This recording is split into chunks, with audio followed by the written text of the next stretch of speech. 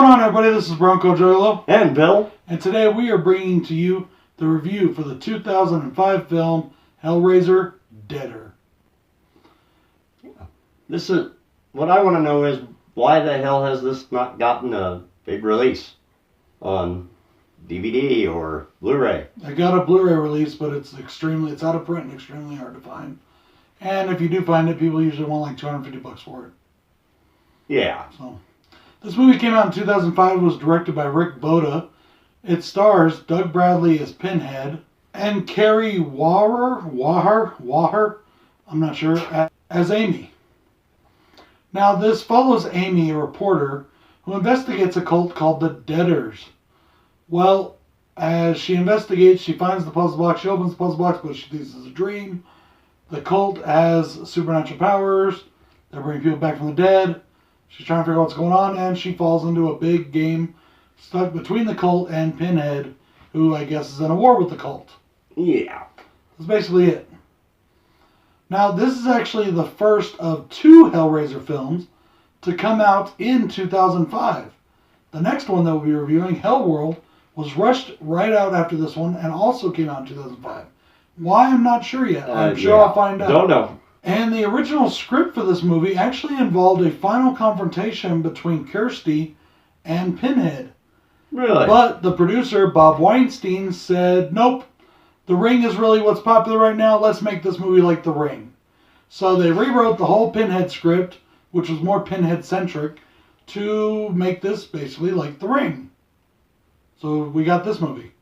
Okay. Which, honestly, I know a lot of Hellraiser fans really don't like this one. My friend Queenie don't like it very much. In fact, she told me last night when I was rewatching it again because I had fallen asleep the first time, which she's like, yeah, I fall asleep too. And, you know, she was telling me she's sorry I have to watch this movie. But honestly, once I did, I fell asleep because I was tired. But once I did watch this movie again last night, I actually kind of enjoyed it. It's a lot better than the last one. But then again, so therein lies my dilemma. Yeah. Did I enjoy the movie because it's good? Or did I enjoy it because I actually didn't have to scratch my head going, what the fuck? Yeah. Who knows? It's not a horrid film. But it's not a great film either. You know. Definitely ranks really low for me in this franchise. But we'll get to that later. No. We're going to start off with pros and cons unless you got anything else for it. No, nothing really spectacular, little tidbits about this film. My first con for this movie is that the jump scares are ineffective. Yeah. They do a few jump scares. They don't work well. It just kind of goes over, or not over your head. It kind of goes by your head, so to speak, because it doesn't really hit the mark, if you know what I mean. Yeah, I'll agree with you there. I'd say my first con for this film is going to be the CGI. It's horrible. When the chains come out of the puzzle box, they look like shit, and there is no good CGI in this film. When they use it, it's all garbage. The CGI was also a problem for me as far as when the chains come out of the puzzle box. But later on in the film, it didn't bother me so much, like when the chains were shooting through the guys' chests and stuff. That didn't bother me. It wasn't too bad. I didn't like it at all. Yeah, you never do. Didn't like it at all. My final con for the movie is that the movie was a bit slow. But it was, wasn't it? I think that was more on my first watch than my second watch. My first watch, like I said, I was tired. I was falling asleep. Okay. So it was kind of dragging. I wanted to go to bed. My second watch, it went by a little bit faster. So I'm not going to completely retract the con, but I'm not as heavy on it as I was before. Okay, I'll give you that. My next con for this film would be when our reporter is going through this area with a dead body, she's not wearing any gloves. She's touching everything. Wow. Maybe fingerprinting was not invented back then. Oh, wait. Yes, it was. She's just leaving her fingerprints everywhere in this crime scene with a fucking dead body. Yeah. I could not stand that. I can't stand shit like that. They didn't really pay too much attention to the specifics and the they really did. With this one, it was just kind of a wham bam thank you man. They really didn't care too much whether it was rooted in reality or not. No, they really didn't. That's all the cons I really have for it. How about you? I got one more con, and that's this whole subway train going through the subway, and they have their own fucking train. What the fuck is this? This makes no sense. This could not happen in real life. This can't. You can't have your own subway train running around and having this weird party going on in it 24/7. No. It would not. You couldn't do that anywhere. Right. Come on. It just was not believable at all. It's funny you should say that. The subway train is actually my first pro. Now I really enjoyed the subway train stuff. And, you know, to your point about it not being believable, I think they were maybe trying to show how, you know, let's just say Eastern European countries have bad reputations for not being, you know, very strict and very up on things, very modern. Oh, okay. And I wouldn't be surprised if they didn't pay too much attention to their comings and goings of their trains. So it might be possible for somebody to take over a train and they not even notice. You know? No, still can't see it. Still can't see it. I mean, this is the country, same, you know, part of the world that was letting Hostel and shit happen if we go in the movie verse. And does let shit like that happen in real life, so who knows? I don't know. This is a moving thing through the transportation system. This isn't people being abducted off the streets. That happens everywhere in the world. Yeah. Anyways, but yeah, I really did enjoy that scene, or those scenes, I should say. I liked that we had this like weird kind of party orgy / weirdo. Are they dead? Are they alive? There's a Cenobite sitting right there.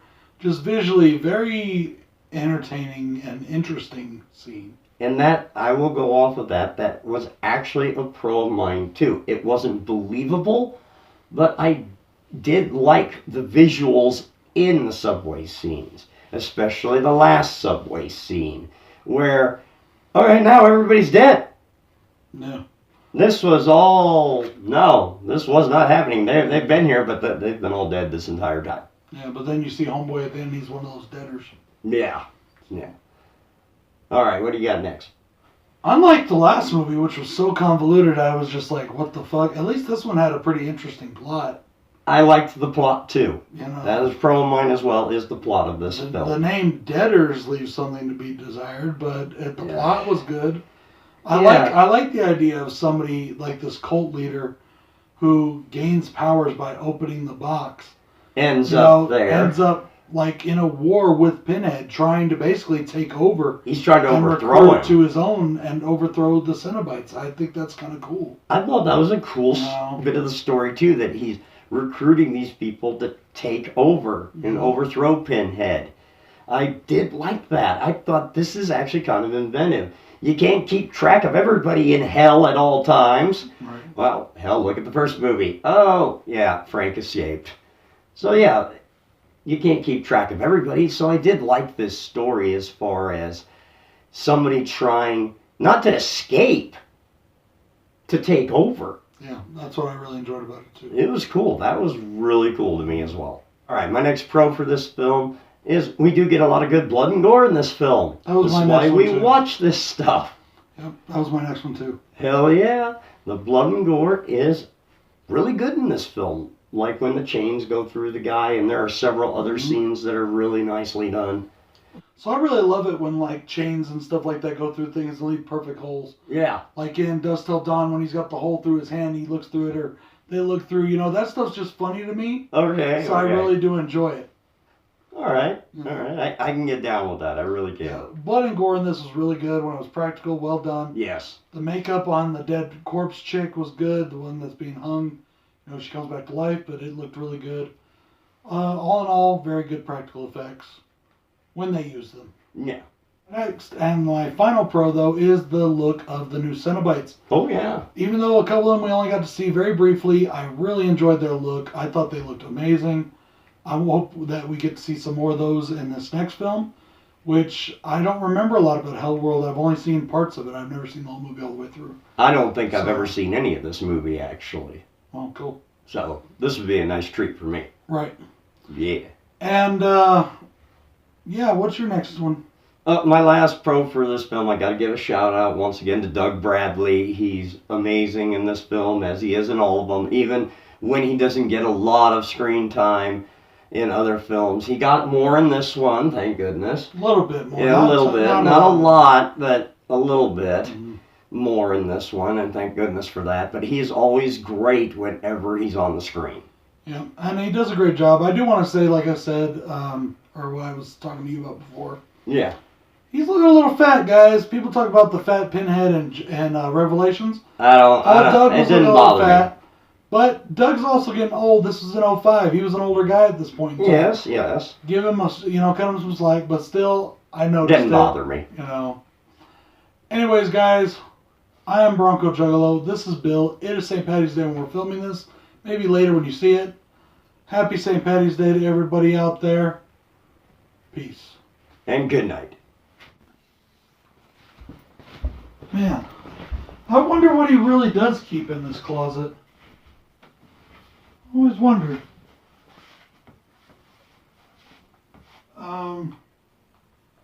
What the fuck? Bill? Come here. Bill? What? What the fuck are you yelling about now? What is all this for? Well, personal shit, That's a toe chain. Why is the cube with it? Plead the fifth. Okay. Bill, I think you might know a little more about what's going on here than you're letting on. No. What would make you think that? Come on. Where did you get that? I find a cube along with this really wicked, evil-looking sword and a chain. And is that dried blood? No, like I said, it's just a toe chain. Toe chains don't have sharpened hooks. Well, maybe they do. Bill, what the fuck? Oh, well, you're all right. Everything's all right. Now, why don't I take these things and put them away and I think I need a drink. Yes, excellent idea. Go get a drink. Excellent idea. I'll be back. Go get a drink. Yeah. Go get a drink.